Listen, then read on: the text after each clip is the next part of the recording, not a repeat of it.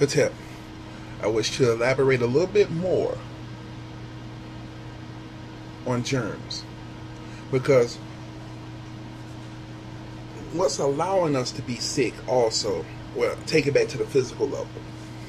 When we're not putting the proper vitamins and minerals in our bodies, it allows one function to either weaken or cease, which keeps this function from working, and next thing you know, your body breaks down.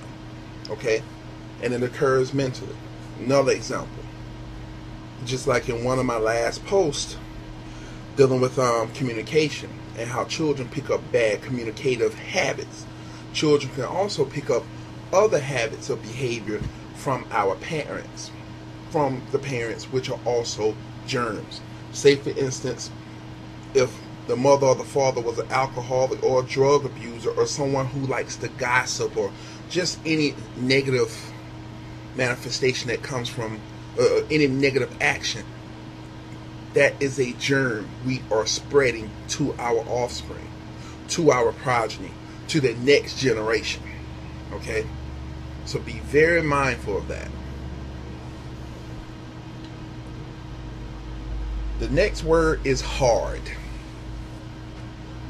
When we have challenges in life, and there are things that seem like they're not going to turn out for the best, or there's a lot of so-called complications, we say it's hard. This math problem is hard, or this is this and this is that. We have to change the word sound. When we call it hard, we place the power outside of ourselves to be able to turn things into better accord. When we do that, we have to look at these things as challenges. Okay? The minute we say it's hard, then we get to the point where we're trying and we can't do it. Okay? So, when it comes to hard, we have to look at everything as a challenge. And with a challenge, you can get through a challenge. Okay. The next word is hatred or hate. Okay. Which we see a lot of at times between either different religious groups or different nationality groups, whatever. And we have to realize, just like we attract to us what we really love, we attract to us quicker what we hate. Hate is a very negatively charged and strong vibration. And a lot of people who embrace that spirit haven't been able to figure out why is there reflecting in their life so much hatred. They're pulling it there. The minute we start hating and judging other people because they're different, or because they don't wish to conform to our way of thought or our way of action, we immediately, I hate this person, or I don't like, I hate this, I hate that. We're attracting it to us stronger. I mean, another example. You ever notice that people that don't like other nationality groups, or other, I guess you could say, so-called ethnic groups, like you could say a person that's like, a person that'll say something to the effect, well, I don't like niggas, or like, I don't like spics.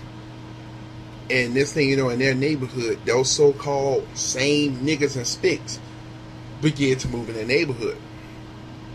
And they don't realize that the reason why they're sitting there in that reality, seeing that, because they're actually, with hatred, allowing themselves to mentally and emotionally and physically put themselves in a situation where they have to see that which they hate. And the purpose of that is for them to look and see things for what they really are. Understand that so-called nigga and spick, and don't call them a nigga and spick. Look at them as individuals. Look at them as individuals just like you, who have feelings, thoughts, goals, and things that they wish to achieve in their lives. Also, if we let go of the hatred, which is a barrier for us to really harmonize with that which is around us, you lower the barrier, you can overstand other individuals for who they are. It's just like a lot of people hate the fact especially a lot of so-called, what we would call black or Moorish people, don't like, and white too, don't like, you know, the Mexicans or the Hispanics or other people coming over here having so-called rights to things that they're supposed to have. Now, not too long ago, which is funny about the so-called black or the Moorish, that's how those same people looked at your ass at one point. So it's like we're trying to take one form of hatred and turn it into another. When it comes down to it, it's not going to benefit you in the end. Okay. The next word is dealing with headaches. A person like, I can't stand this or this and that. I got a headache. What is a headache or any type of ache, especially in the body? It's a stagnation, which is not allowing the proper things or the proper essence to flow. Headaches are like dams, and we get them when things are not flowing correctly. And you notice a lot of times when we have so-called headaches, it's usually after we are having some major contemplative issues in mind as to dealing with and accepting things within our reality. Okay? Headaches, we're blocking the flow of acceptance. Now, next word is hope. Hope in so many words is like saying, I wish for something to happen positively for me. However, I doubt it will.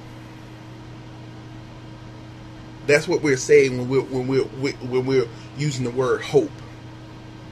When manifesting reality, we don't wish to say, I hope that this happens or that happens. I wish for it to happen. I desire for it, or I aspire for it to happen. And also we have to realize too, the main thing that we can control at all times are ourselves, our thoughts, our feelings, our actions. Period. Can't control no individual. Okay? So we have to know that hope is like desiring something without making the decision as to whether you really wish to have it or not. When we hope for things, we're not trying to accept our power in it and our responsibility in it. We wish for something to miraculously come in and take it over for us. And I can tell a lot of you, our conditioning through religion has messed us up in a lot of ways. What I've seen of religion, I'm not talking about spiritual science. Well, I've seen a religion taught us to put the power outside of ourselves and give it to God. What God? Who is God? Research the word God, as you will also hear in my previous post about words manifesting our reality. A God is just something that progenerates, something that issues forth, something that aids to bring things in manifestations. So that means you are the gods, the Elohim. That's what you are. And once you learn to accept that, then you will know that you got more to do with creation than what you previously thought and accepted. Okay, I guess I'll leave it here for now, and I'll be doing some more posts on words that disempower pretty soon. Okay, so as I've said before, feel free to leave comments, suggestions. You know, I'm not one of those people that put something out and said it's going to be concrete or this is the only thing. If you have something to add, do that. I encourage it. Hotel.